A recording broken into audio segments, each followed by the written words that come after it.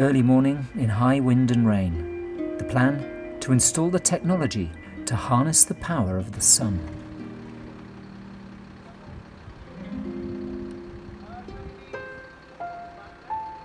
Well, we're putting 40 kilowatts of solar power on top of a community building in Stokescroft, Hamilton House. The idea is that eventually other community centres will have solar power on, and from other community centres we plan to install whole streets of solar in Bristol. It may seem an ambitious project, but the ambition doesn't stop there. Actually, we'll get most of our energy from the sun within perhaps as little as 10 years, maybe not as long as the government thinks. And that the right way to do that is to install solar panels whole streets at a time. But you have to start somewhere, and we're starting with the building that we work in. But it's not just the tenants here who'll be benefiting. We're creating jobs in Bristol by installing solar energy on our roofs. And once we've got that energy, we're making that energy in the city. Money isn't going outside Bristol to pay for the cost of energy. Everybody benefits from cheaper electricity.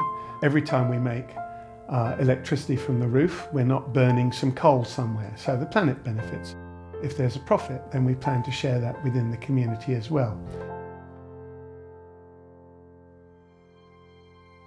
The mission didn't go ahead quite as planned on day one. This is great. The crane's in place and they've tested putting it up in the sky, and there's a little anemometer on the top of it and it says the wind's too strong. All the team could do was wait. So the Met Office are saying that the wind is going to be less tomorrow morning.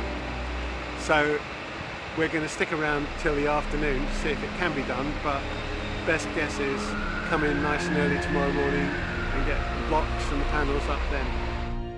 And they did hang around all that day, frustrating as the clock was ticking. If we weren't able to do it by Monday, this would be quite expensive because there's a deadline coming up. The government was bringing in a change to the incentives for people to install solar. From April, they introduced the feed-in tariffs at 43.3 pence per kilowatt, over 3 times the cost of purchasing electricity. This is meant to encourage people to install solar, and it has. The solar industry has doubled and doubled again.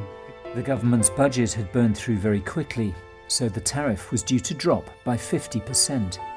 We've got a fallback plan, as it were.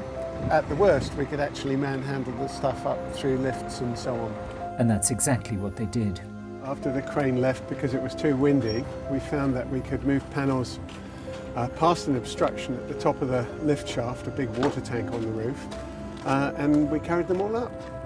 The team was now working through the weekend to get the job completed before the government's deadline.